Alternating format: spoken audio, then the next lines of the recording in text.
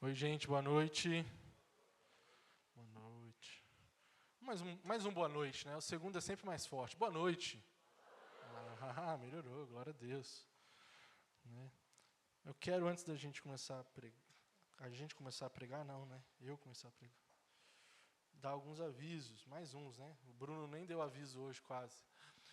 O pastor falou pela manhã que ele ia pregar, mas aí eu roubei o púlpito dele, então eu que vou pregar. Então, se você veio querendo ouvir o pastor, ouvir outro pastor, né? TDAH eu também tenho, né? Então, mais um aviso. Esqueci, faltava. Quem tirou foto ali na frente, eu vou pedir para você levantar a mão bem rapidinho. Quem tirou foto ali com o pessoal, tá? O pessoal daqui a pouco vai dar para você, decora onde estão aí, se virem.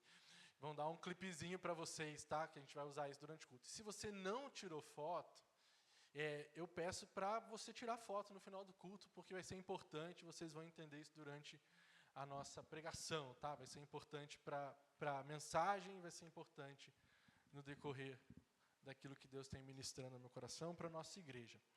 E último aviso, não é aviso, já é a introdução da nossa pregação, do nosso dia aqui.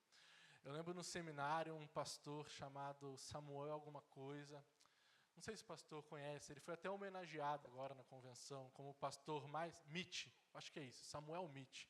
Ele foi consagrado pastor em 1949. Consagrado pastor, então, ou seja, já é um senhorzinho.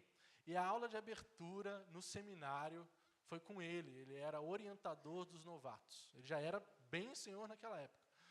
E foi com ele a abertura. Ele deu uma pregação que eu nunca esqueço, não vou lembrar exato assim, as palavras dele, mas ele falou que um pastor, um cristão, deve investir em 5 coisas na sua vida.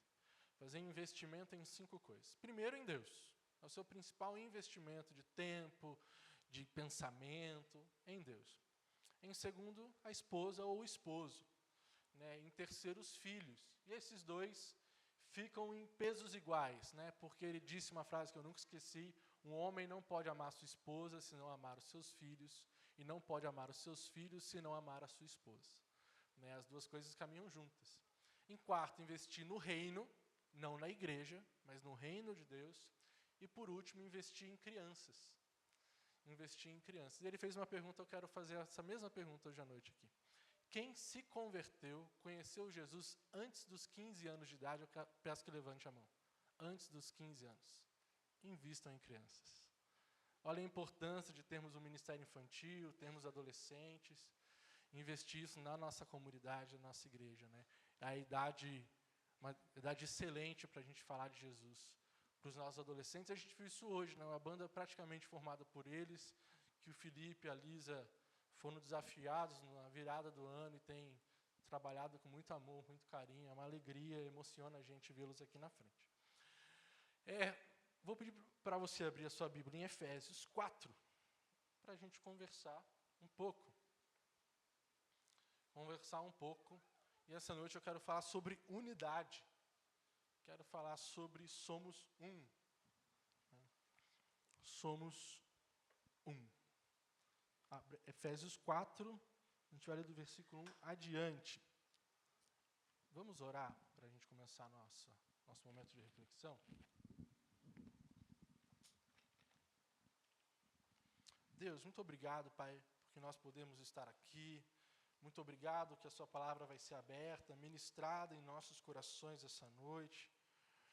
Como diz Bart, eu tendo a concordar com ele nesse sentido, Pai, a tua palavra aberta aqui, exposta, é a palavra de Deus também, palavra de Deus para as nossas vidas, que o Senhor ministre aos nossos corações, o Senhor é bem-vindo em nosso meio, que a sua presença seja perceptível em nossas vidas, nos ensinando esta noite, Pai, em nome de Jesus, amém. Amém. A gente vai estudar sobre unidade. Eu estou acompanhando as Olimpíadas, eu gosto muito dos esportes coletivos, né? E eu estava vendo a Rebeca Andrade, um fenômeno, né, lá. Ganhou 5 medalhas olímpicas, né? A menina é um monstro lá da ginástica. E aí ela foi fazer um negócio de times lá, né? A competição em ginástica em equipe.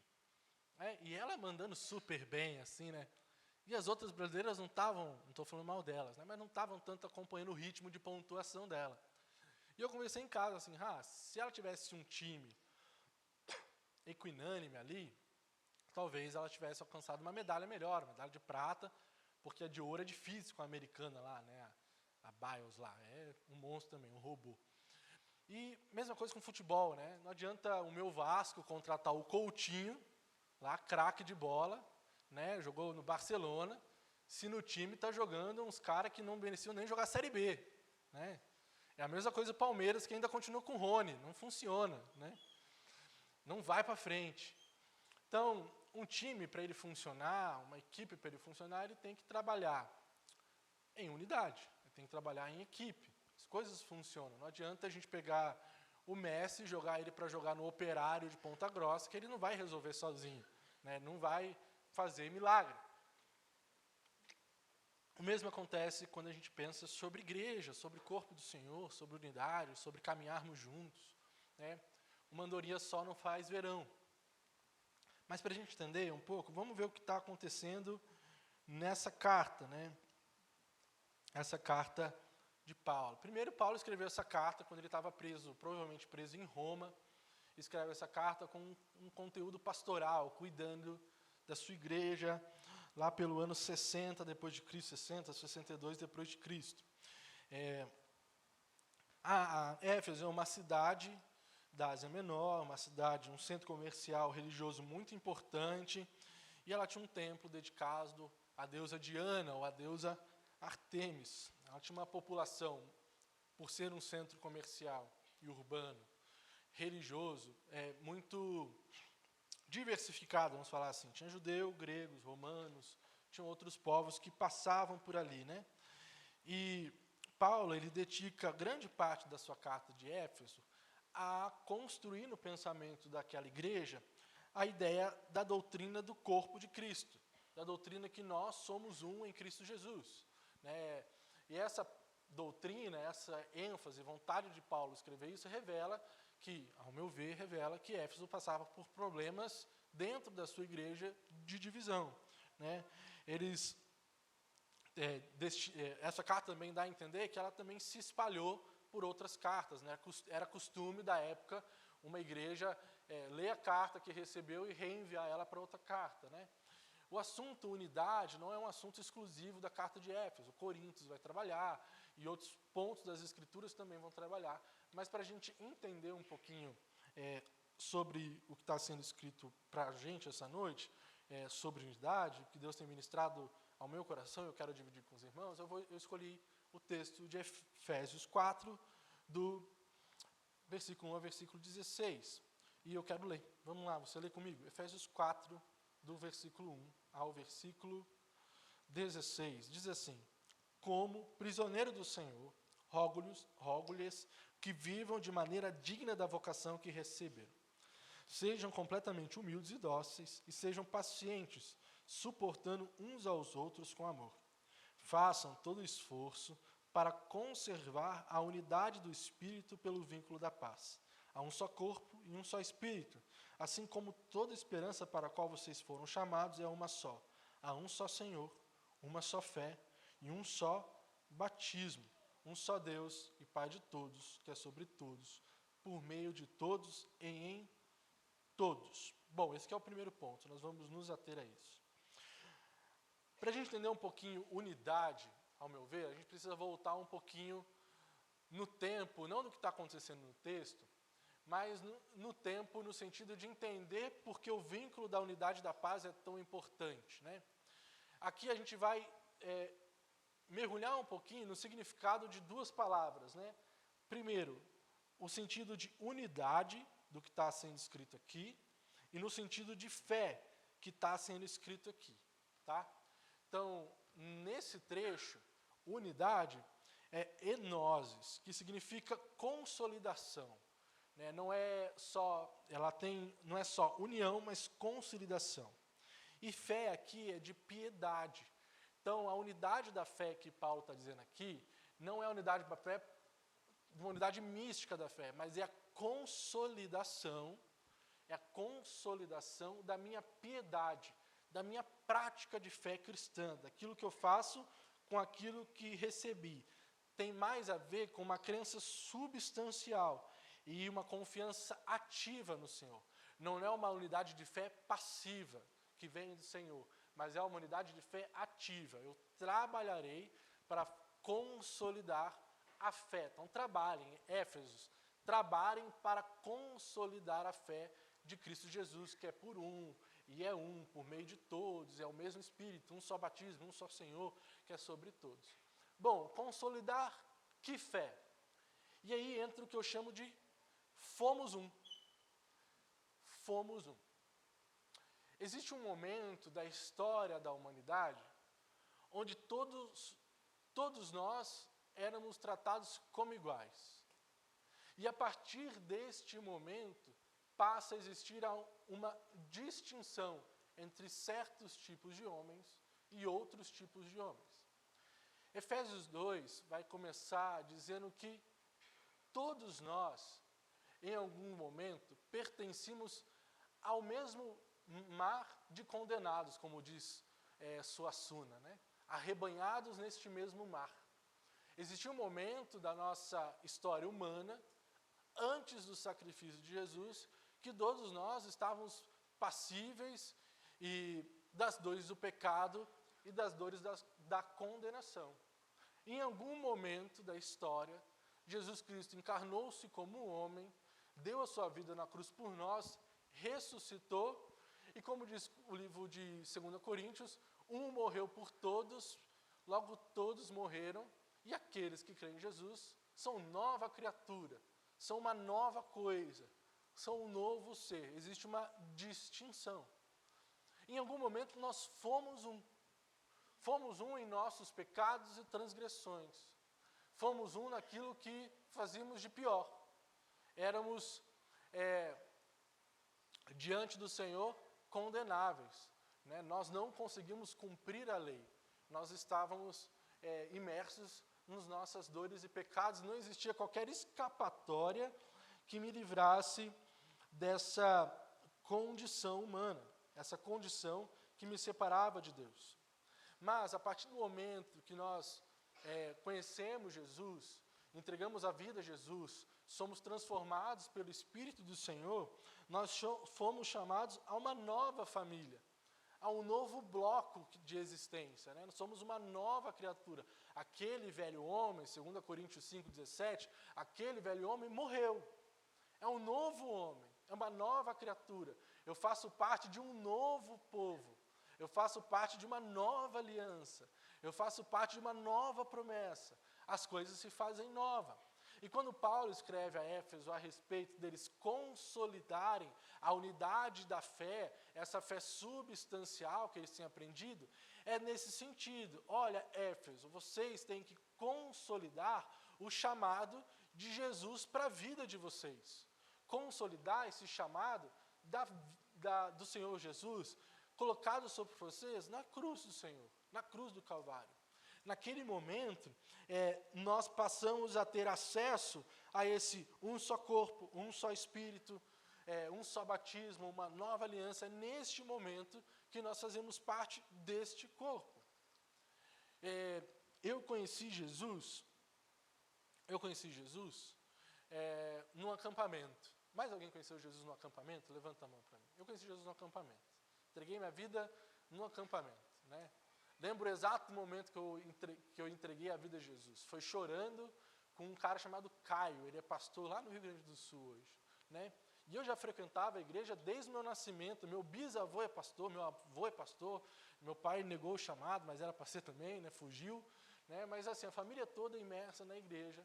Eu sabia todos os conceitos, eu sabia explicar a salvação, eu sabia falar de Jesus usando 5 pontos de Romanos, né? Que é conhecido, né? Sabia tudo de cor, assim, né? Inclusive era auxiliar de célula na época, nem Jesus conhecido, era auxiliar de célula, né? E naquele dia, um acampamento chamado Sintonia do Céu, era sobre sons, né? Uma coisa de adolescente mesmo. Eu entreguei a vida a Jesus e tudo passou a fazer um pouco mais sentido. Talvez na sua história, este momento ele tenha ocorrido mais novo, mais velho, eu não sei como Deus exerceu o chamado sobre sua vida. Mas o que nós sabemos é que este episódio de Jesus Cristo é a obra que vai fazer com que você se reconecte com o Senhor Deus, porque você vivia separado do Senhor, longe desta unidade que o Senhor lhe propõe, mas também vai te permitir se reconectar ou conectar-se com o outro. As relações humanas, elas também são transpassadas por Deus. E quando eu entrego a minha vida a Jesus e exercito essa disciplina de produzir a unidade que provém desta fé, eu tenho melhor acesso ao coração dos meus irmãos. Do mesmo jeito que os meus irmãos têm melhor acesso ao meu coração. Jesus paga o preço máximo para nos reconectar com Deus e nos permitir que a gente faça uma conexão entre nós. Nós fomos um povo separado. Nós fomos um povo que brigava entre nós. A condenação de Adão e Eva, uma das primeiras condenações, é justamente essa: porém inimizade entre vocês. O primeiro crime descrito na Bíblia é um irmão matando o outro. As consequências de uma vida longe do Senhor é briga, é ódio, é a gente se degladiar, a gente falar mal um do outro, é a gente viver de maledicência, a gente viver de conspiração, é a gente viver de espírito de briga, né? Viver de briga, né? E é isso, porque a vida longe de Jesus é uma vida que não preza uma vida que não preza pela unidade que provém dessa fé substancial que é Cristo Jesus. Na conversa com o pastor, hoje a gente almoçou junto, fiz uma rabada, quem quiser e gostar, pode pedir para minha esposa, né? E aí ela vê se deixa. Mas a gente estava conversando sobre isso. Foi bom, né? Estou até agora suando. E aí a gente estava conversando sobre isso. Que a partir do momento que esse Jesus, que eu conheci no meu acampamento, você conhecia em algum outro lugar, começa a ser vivida a minha vida, a ponto de transpassar como eu me relaciono com o outro, quem não vive nesse espírito não quer andar conosco. E aí você fala assim: nossa, eu me sinto tão só. Nossa, eu sou o único crente. Ou até mesmo na igreja, você fala, as pessoas se afastam, não me chamam para nada. Se você talvez avaliar o teu coração, às vezes você é chato, tem isso também. Mas se você avaliar o teu coração e perceber que você está trilhando o caminho do Senhor, pessoas que não querem trilhar esse caminho, não vão se sentir confortáveis com você, não vão querer ter você por perto, porque você tem vivido uma vida que preza pelo vínculo da paz na obra de Jesus Cristo. Você tem vivido isso. Mas tem gente que ainda não entendeu que o fomos não existe mais, agora nós somos. Que é a continuação do texto, a partir do versículo 7, que ele diz assim: e a cada um de nós foi-nos concedida a graça, conforme a medida repartida por Cristo. Por isso é que foi dito: quando ele subiu em triunfo às alturas, levou cativo muitos prisioneiros e deu dons aos homens. O que significa ele subiu, senão que também havia descido às profundezas da terra? Aquele que desceu é o mesmo que subiu acima de todos os céus, a fim de encher todas as coisas. E ele designou alguns para apóstolos, outros para profetas, outros para evangelistas e outros para pastores e mestres, com o fim de preparar os santos para a obra ao ministério, para que o corpo de Cristo seja edificado. Bom, nós fomos um povo longe do Senhor. Nós fomos um povo que vivia distante dos caminhos de Deus. Mas fomos encontrados por Cristo. E se verdadeiramente eu fui encontrado por Cristo, hoje eu sou um povo de Deus. Hoje eu faço parte deste grupo adotado pelo Senhor. Não sou mais bastardo, sou filho. Somos irmãos, temos família, temos com quem compartilhar nossa vida, nossas dores. Mas temos também um novo foco. Qual é o foco? O foco de não mais praticar as coisas que eu praticava longe de Jesus, a maledicência, praticar desobediência, praticar uma vida de distância obstinada, objetiva, intencional de Deus, desrespeitando os caminhos do Senhor. Hoje, em Cristo Jesus, as minhas escolhas, a minha disposição mental, ela tem que ser para que exista em mim essas características desse Deus que enche todas as coisas. Há características de buscar os dons do Senhor, o dom de professar a palavra de Deus, o dom de evangelizar, o dom de pastorear vidas, o dom de ensinar a palavra. Não vou entrar aqui nos pormenores de dons no sentido línguas, essas coisas, não é isso. Mas é no sentido de que em Cristo Jesus, a minha busca, ela é uma busca direcionada para que eu faça parte benéfica do corpo do Senhor. Para que o fomos deixe de existir e o somos passe a existir por essa unidade que provém da fé em Cristo Jesus. Por essa unidade que provém do Senhor Jesus Cristo. Essa unidade que é graça do Senhor. Essa unidade que só é permitida, possível, em Cristo Jesus.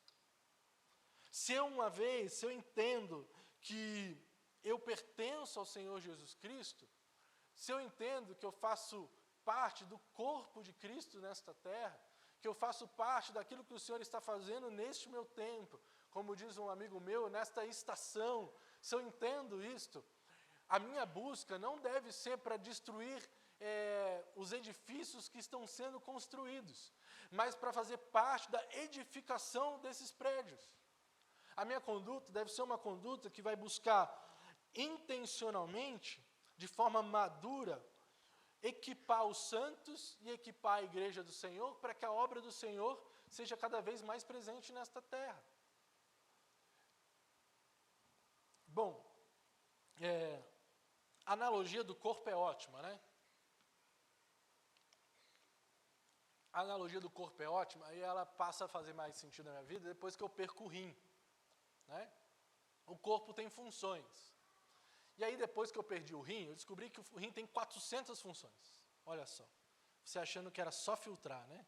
Tem 400 funções. Por exemplo, eu perdi o rim, e por perder o rim, eu comecei a acumular outra sujeira no meu corpo, né? Potássio, ureia, tudo disparado, né?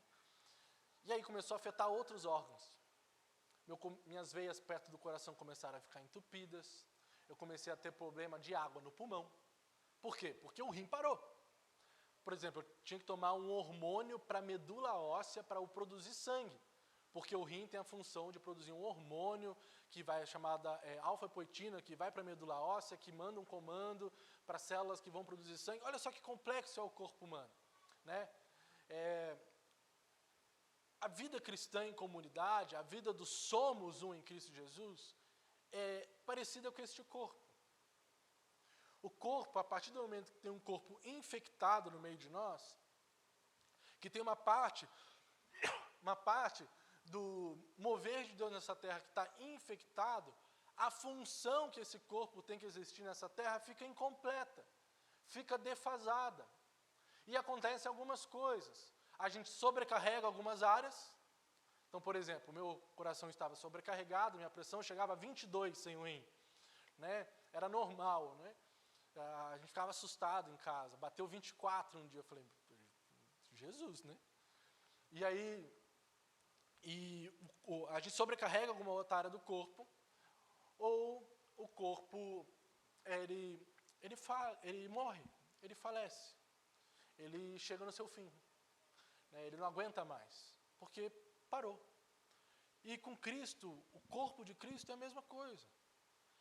O corpo da igreja é a mesma coisa. Se eu estou em Jesus, se eu pertenço a Jesus, eu sou parte ativa do que Jesus está fazendo neste tempo. E eu não posso me omitir naquilo que o Senhor está fazendo nesse tempo. Eu não posso me omitir e eu também não posso ter uma vida que negligencia aquilo que o Senhor fez. E o que o Senhor fez por nós, que nos torna um? Jesus Cristo morto na cruz, que é o vínculo que nos faz um. que é o vínculo principal da nossa unidade. Eu tenho diferenças teológicas profundas com os meus irmãos da igreja etíope, dos coptas, mas nós somos um em Cristo Jesus.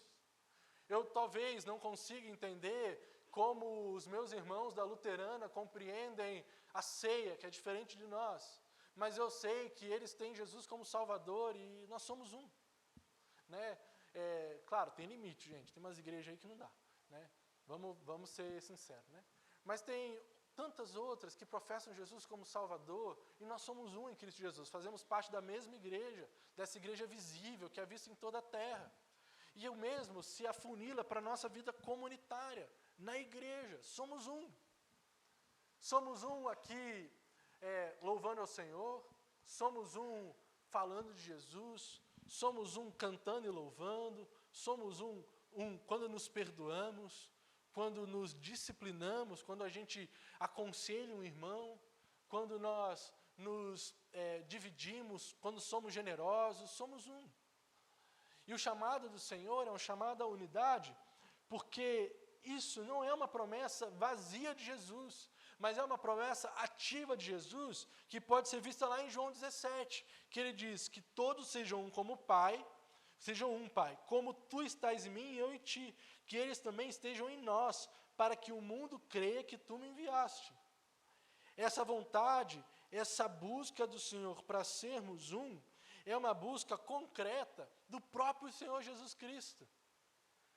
Para gerar em nós esse vínculo de paz, que a gente vive em comunidade, né? Que a gente divide as nossas funções, que a gente divide aquilo que faz. Essa relação com a igreja, onde cada membro possui um papel essencial e único, se todos nós contribuirmos com seus dons e habilidades, o corpo de Cristo funcionará plenamente de forma eficaz. Uma vez conversando com o Lucas Dutra, alguns irmãos aqui conhecem, a gente estava conversando quantos por cento ativo de uma igreja ela tem para ser considerada uma igreja saudável. Né? Dizem estudos que uma igreja saudável ela tem que ter entre 15% e 17% da sua membresia ativa no voluntariado em alguma área, seja louvor, adoração, 17%. Né? A última vez que a gente fez o levantamento, eu acho que a gente estava beirando 30%, né? Isso é uma benção, né? Na nossa comunidade. Mas tem igrejas que têm muito menos do que isso. Eu fiquei orando assim, Deus, e se a gente tivesse 50% ativo na comunidade? 50% da membresia cumprindo uma função. Talvez assim, o Ministério Infantil, os irmãos que trabalham lá não precisassem ficar 4 domingos seguidos na escala. Talvez assim a gente não tivesse problema com escala de louvor. Talvez assim a gente não tivesse dificuldade de termos bons professores na EBD. Porque o corpo do Senhor está servindo ao corpo do Senhor. Está exercitando o seu chamado, está exercitando o somos de Deus. O somos de Deus.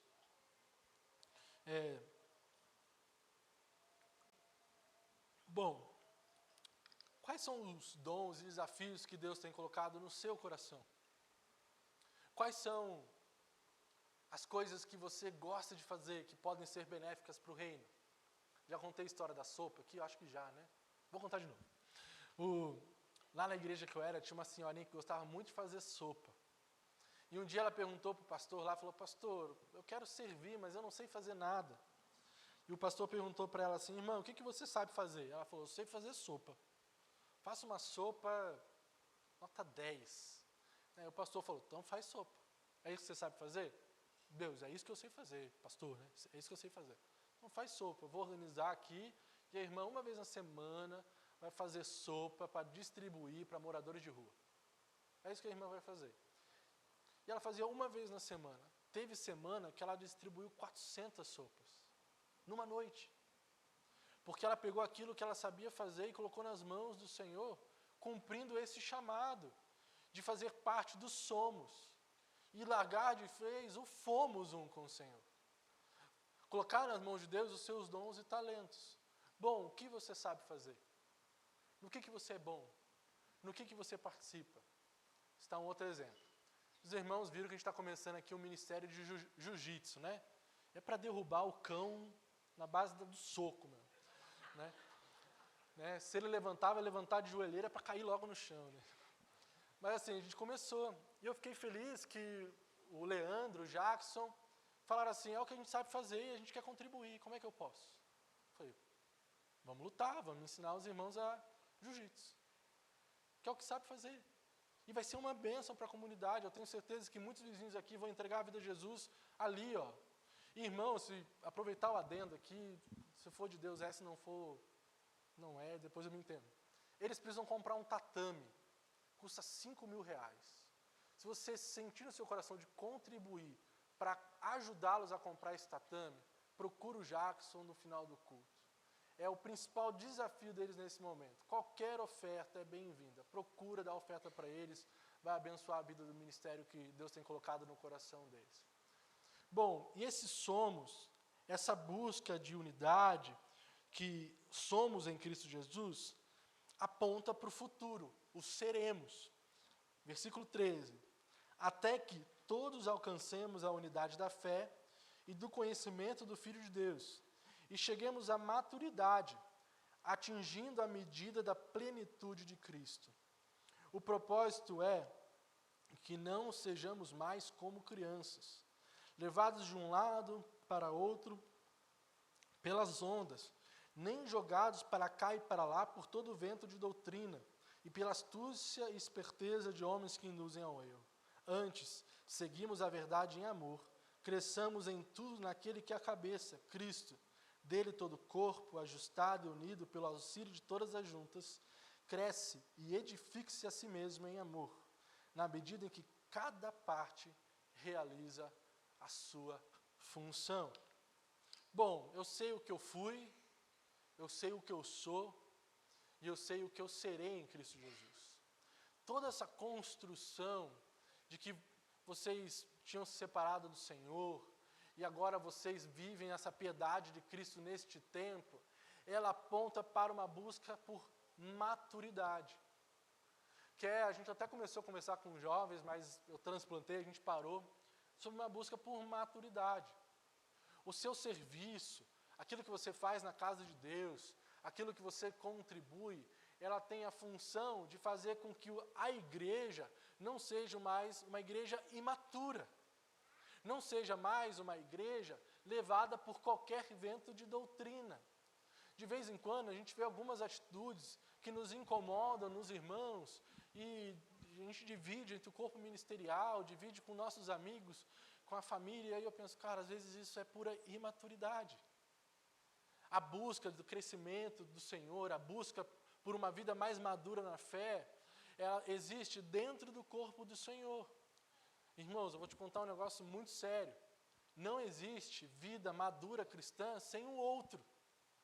É no outro, é com o outro que eu sou amadurecido. É com o outro que a minha vida ela é confrontada. E não tem melhor pessoa para nos ensinar do que uma pessoa muito parecida conosco. Não é? Que a gente bate cabeça. Não tem melhor lugar para você aprender sobre Deus, sobre maturidade cristã, do que fazendo parte de um ministério. Não tem melhor lugar para aprender sobre Deus do que servindo ao Senhor. E essa busca do que somos, transicionando para o seremos, é a busca por essa maturidade. Todo o nosso exercício de serviço, o nosso exercício de servir ao outro, de ser servido pelo outro, é um exercício que vai fazer com que Cristo seja compartilhado em nós, através de nós. Em Cristo, ele é um ser convergente. Ele é um ser, Cristo é uma presença, onde todas as coisas transpassam por ele, tudo passa por ele. Efésios 1:10 vai dizer que todas as coisas, celestiais quanto as terrenas, passam por Jesus. E nós também. Em Cristo Jesus, nós nos esbarramos, nós nos trombamos, nós somos confrontados no outro. Nós somos apresentados a gente que não é como a gente, diferente de nós. E mesmo sendo diferentes, nós nos assentamos na mesma mesa, comemos do mesmo pão, tomamos do mesmo vinho, porque o sacrifício que nos faz um é o mesmo. O Espírito que habita em nós é o mesmo. E essa unidade, ela tem que apontar para um crescimento em maturidade. Um crescimento que me faz ser melhor em Cristo Jesus. Melhor do que eu sou, melhor do que eu posso ser. E eu só consigo isso compartilhando a minha vida com outro. Compartilhando meus defeitos, meus acertos, meus pontos positivos, meus pontos negativos. É só com outro que eu faço isso. Essa maturidade espiritual, ela é uma busca pela plenitude de Deus em minha vida. É uma maturidade que vai refletir na minha vida o caráter e a integridade de Deus. Vou citar alguns exemplos. Todo irmão velho de igreja aqui já viu, que é ativo na igreja, já viu um comportamento de outra pessoa e você falou assim, nossa, eu faço isso também, melhor eu parar. E parou. Porque o outro revela coisas em mim que eu preciso mudar. Um outro exemplo. Vamos pensar na mesa da ceia do Senhor. Lá tinham os apóstolos. A gente tinha lá Simão o Zelote. O Zelote era um grupo de zelo pelas Escrituras que tinham tremenda dificuldade com os cobradores de impostos. Mas quem que está na mesa de Jesus? Mateus, o publicano, o cobrador de impostos. Extremamente diferentes na sua compreensão dos conceitos das suas épocas. Mas os dois estão sentados na mesa do Senhor. Porque na mesa do Senhor, as nossas diferenças, elas perdem o brilho, elas perdem o sentido. Porque na mesa do Senhor, não é o fomos, é o que somos e seremos. Na mesa do Senhor, não é o Simão o Zelote, é o Simão salvo por Cristo. Na mesa do Senhor, não é o Mateus publicano, é o Simão salvo por Cristo. Na mesa do Senhor, não são as minhas não são as minhas escolhas, as minhas preferências, os meus desejos, são os desejos de Cristo. Na mesa do Senhor, a vontade a ser feita não é a minha, é a de Cristo. Na mesa do Senhor, o que importa é uma construção intencional para que eu cresça em maturidade e para que o meu irmão cresça em maturidade. Por quê?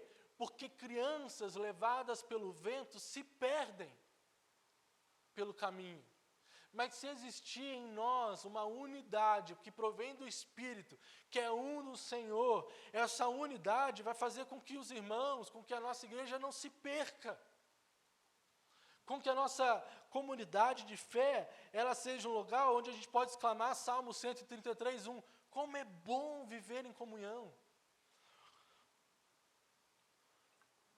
Como é bom estar aqui. 1 Coríntios 1:10 diz, irmãos, em nome do nosso Senhor Jesus Cristo, suplico a todos vocês que concordem uns com os outros no que falam, para que não haja divisões em vocês, e sim que todos estejam unidos num só pensamento. A construção de fé é uma construção que vai buscar vínculos de paz. A construção piedosa do Senhor é uma construção que vai buscar uma unidade que passa por cima das minhas vontades, para que eu e meu irmão, a minha comunidade, o reino de Deus cresça em maturidade. Isso para nós é muito difícil, porque nós fomos ensinados desde pequenos que o que importa é o que eu penso estar certo. Mas na nossa dinâmica, o que está certo é o que o Deus fala a respeito disso. É o que a palavra de Deus ensina.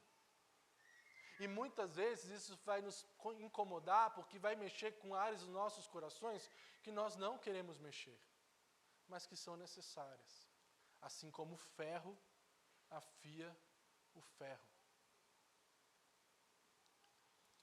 E aí, essa unidade dos seremos, ela aponta para a glória dos céus. Ela aponta para um dia que o Senhor virá rompendo as brancas nuvens, como diz a banda Logos, né? O autor da nossa fé, montado no cavalo branco. Naquele dia, para nos resgatar deste local, como um ladrão inesperado, naquele momento nós vamos sentar à mesa do Pai, e você vai estar sentado do lado de pessoas que talvez você não olhe hoje na cara.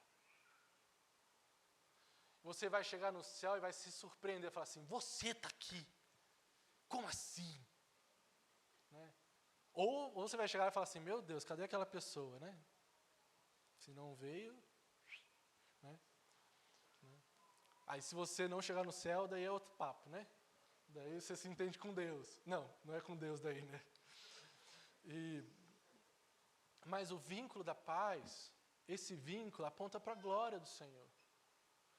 Num lugar onde não terá choro, um local onde não terá tristeza, num local onde não terá rancor, amargura, preferências, que nós estaremos com o Senhor Jesus Cristo. E a nossa obrigação neste tempo é de alguma forma muito estranha, muito complicada de entender, trazer um pouco daquele reino futuro para ser experimentado neste reino de agora. Meu sonho um dia é fazer uma mesa daqui até o outro lado da rua, onde todo mundo se sente em torno dela. E a gente come do mesmo pão, do mesmo cálice, como o corpo do Senhor nesse tempo. Como um ato simbólico, eu pedi para o Lipe e a Lisa preparar uma música. E a gente vai cantar juntos, eu vou pedir para você ficar de pé. E eu pedi para várias pessoas tirarem umas fotos lá na porta, né? Eu vou pedir para a Mari, para o pessoal ajudar aqui. E eu vou fazer um pedido. Nem falei com o pastor isso. Pastor, se o conselho for contra, me manda para o RH. Né? A gente tem um monte de varaizinhos aqui, ó, antes da ceia, né? E as meninas estão com os clipes ali. E quem tirou foto, e quem não tirou depois tira. Tá, pode tirar ali na frente, enquanto toca a música. E eu vou pedir para você pegar a sua foto e pendurar num desses varaizinhos aqui. Não tem valor espiritual nenhum, gente. Você não vai ficar rico, não, tá? Às vezes a pessoa vem, né? Não tem valor espiritual nenhum. Se vocês não tirou foto, elas estão com as polaroids aqui. Você pode tirar.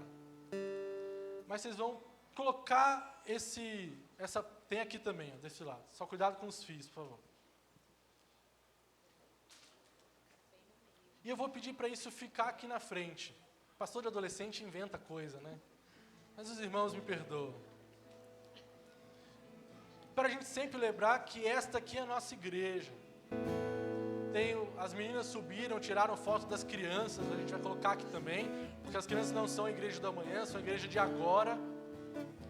E toda vez que você chegar na igreja, você vai lembrar que este povo aqui é a igreja do Senhor. Se você não tirou foto e quer tirar depois do culto, não tem problema, pode tirar. Mas enquanto eles tocam a música, eu vou pedir para você cantar comigo. E se você sentir no seu coração, sentir que é importante, que você abrace alguém da igreja, que você ore com alguém, que você perdoe alguém esta noite, que você seja abraçado, perdoado, amado. Coração transformado, coração que é inspirado por Jesus. Pode fazer a bagunça gospel, sai do seu lugar, abraça alguém. Fruto deste novo coração,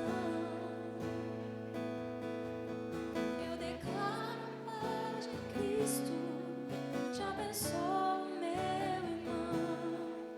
Preciosa é a nossa comunhão. Somos corpo, assim bem ajustados, totalmente ligados, unidos, vivendo em amor, uma família, sem qualquer falsidade, vivendo a verdade, expressando a glória do Senhor, uma família, vivendo um compromisso do grande amor de Cristo.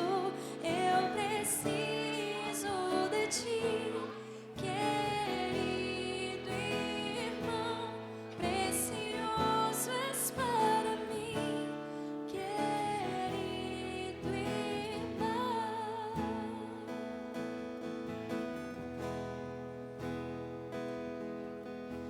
recebi um novo coração do Pai.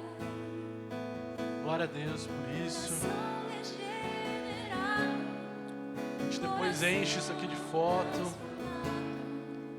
coração que é inspirado por Jesus. Pode. Como fruto deste novo coração, eu declaro a paz de Cristo, te abençoo, meu irmão. Preciosa é a nossa comunhão. Somos corpo, assim mediante os tratos, totalmente ligados, unidos, vivendo em amor, uma família, sem qualquer falsidade, vivendo a verdade, expressando a glória do Senhor, uma família, vivendo o compromisso do grande amor de Cristo. Eu preciso de ti, querido irmão, precioso és para mim, querido irmão.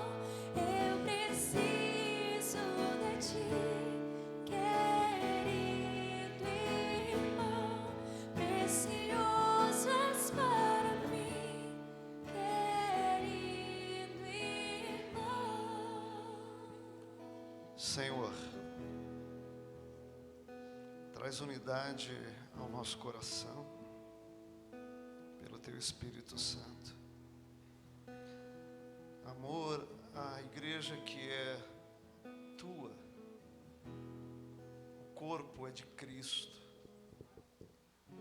Traz em nós um comprometimento radical de servir em amor, sob o símbolo da cruz. Ó Deus, não há outra maneira de servir ao Senhor senão servindo aos irmãos. Essa é a única maneira de nós servirmos ao Senhor.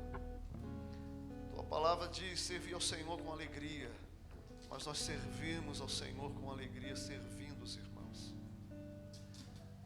Que o Senhor desperte no nosso coração, da nossa comunidade, esse anseio por sermos uma igreja, uma família, corpo, uma comunidade que se preocupa com pessoas, uma comunidade que aprende a amar e servir pessoas, e que a gente saia daquele lugar de espera por afeto, que a gente saia daquele lugar de espera por cuidado, que a gente se coloque numa posição ativa, como aqueles que foram cheios do Espírito Santo para agir, cuidar, proclamar, restaurar, abençoar, servir.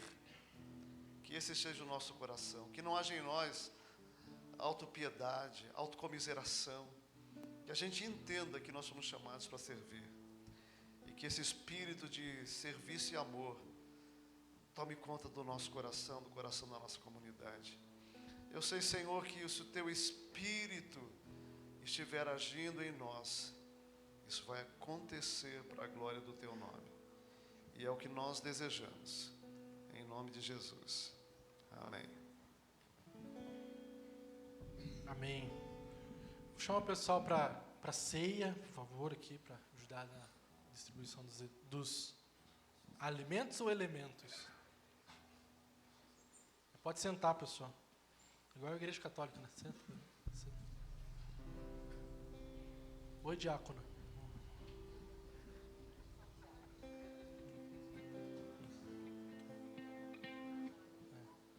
Acho que eu vou pedir pro Ed me ajudar a organizar a mesa aqui. Ô Ed, me ajuda com a mesa aí. Eu vou lendo o texto.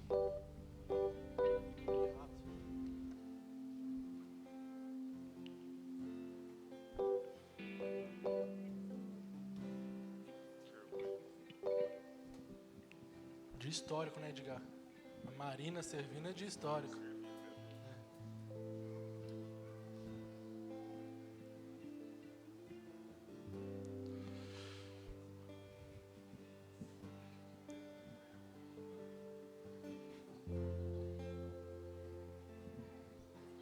Quero lembrar os irmãos que na nossa igreja, se você participa da ceia conosco, se você é batizado em Cristo Jesus nas águas e também recebeu Jesus como Salvador, você está convidado a participar conosco. Lembrando, como diz o texto de 1 Coríntios 11, é para o teu autoexame, ninguém vai te cobrar nada, mas você examina o teu coração e participa conosco. Se você encontrar alguma coisa que não é de Deus aí, toma a ceia. Esse é o símbolo do perdão dos teus pecados. Não deixe de participar da ceia conosco.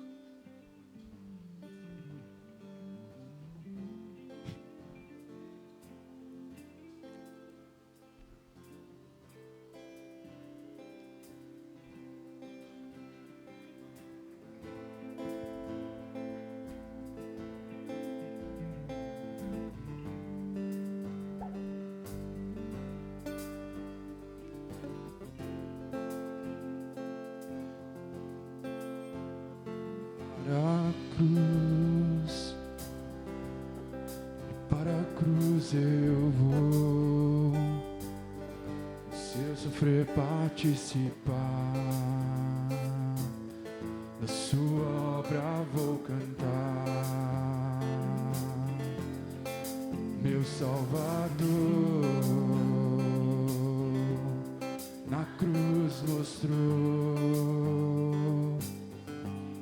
o amor do Pai, o justo Deus.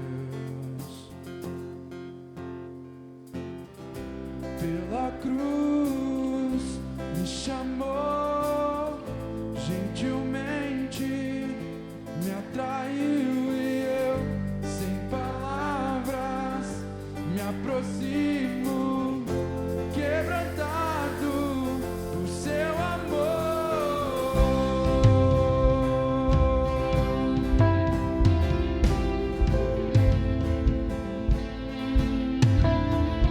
Se você não recebeu os elementos, pode levantar uma das suas mãos. Todo mundo recebeu? Merecida vida, de graça recebi, por sua cruz,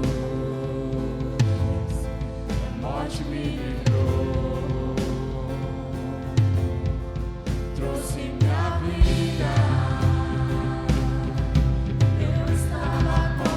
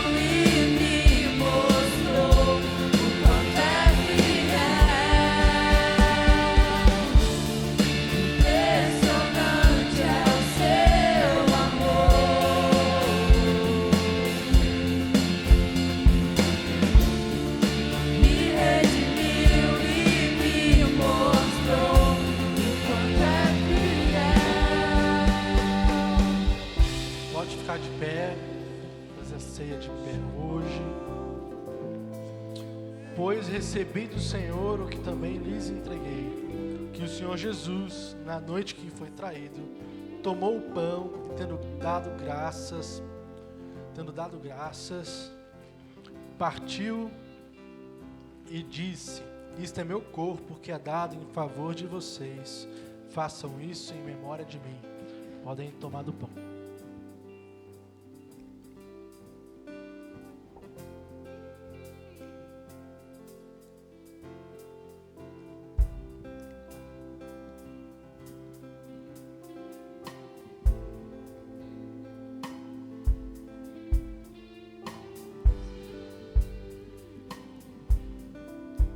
Senhor Deus, meu Pai, muito obrigada por esse momento, obrigada porque a gente tem esse privilégio, Deus. Obrigada pelos irmãos que estão aqui, ó Pai, que a gente possa aprender a ser uma unidade, Senhor. Em nome de Jesus, amém. Da mesma forma, depois da ceia, ele tomou o cálice e disse: este cálice é a nova aliança do meu sangue. Façam isso sempre que o beberem em memória de mim. Porque sempre que comerem deste pão e beberem deste cálice, vocês anunciam a morte do Senhor até que Ele venha. Tomemos o cálice.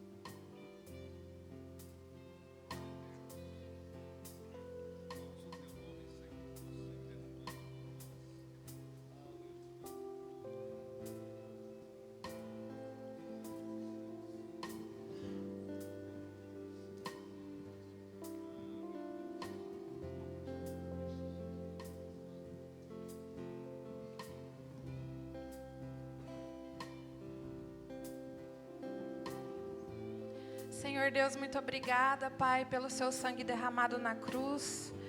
Obrigada, Pai, porque nós estamos ceando em memória do seu amor, Pai.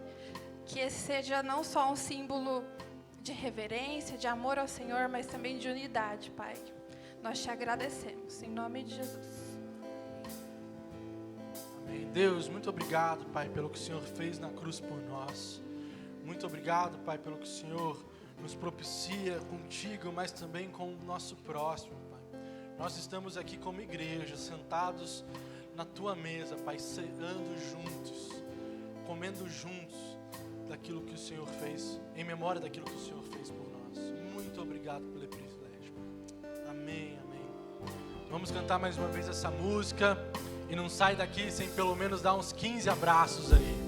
Que Deus te abençoe.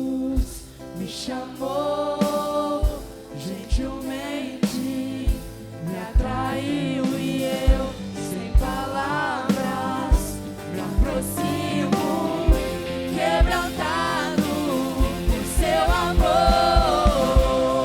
A cruz me chamou gentilmente, me atraiu e eu, sem palavras, me aproximo, quebrantado por seu amor. A cruz me chamou gentilmente, me atraiu e eu, sem palavras, me aproximo, quebrantado por seu amor. Aleluia. Aplauda esse Senhor. Deus que se sacrificou na cruz por nós. Amém? Meu irmão, vá em paz. Deus abençoe sua semana. Vai com Deus.